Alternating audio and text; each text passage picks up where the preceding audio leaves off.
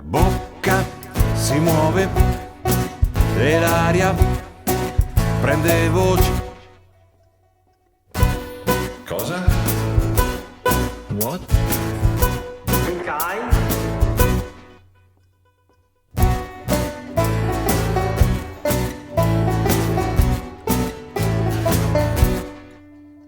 Se vuoi che la tua lingua incontri un'altra lingua, Rogo? Qua? Nada.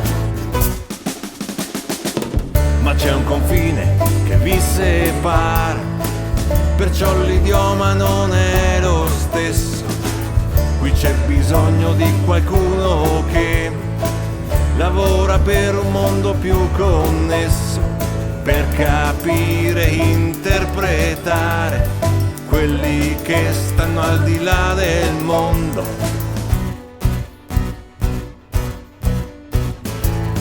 Sapete, c'è una giornata durante l'anno,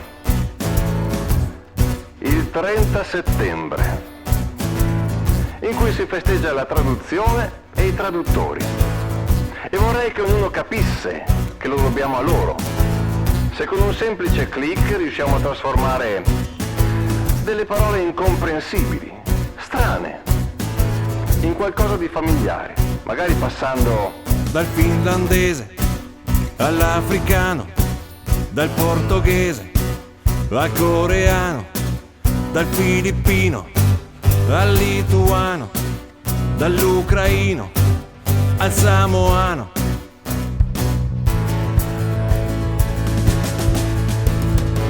Sai che gli interpreti più fedeli di un gran teologo sono eredi e hanno studiato le lingue straniere per poi dar vita al loro mestiere, per capire e interpretare quelli che stanno al di là del mondo.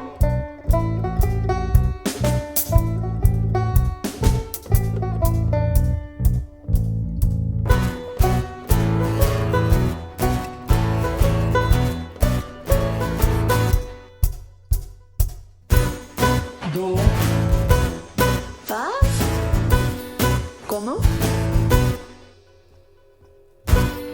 Lan.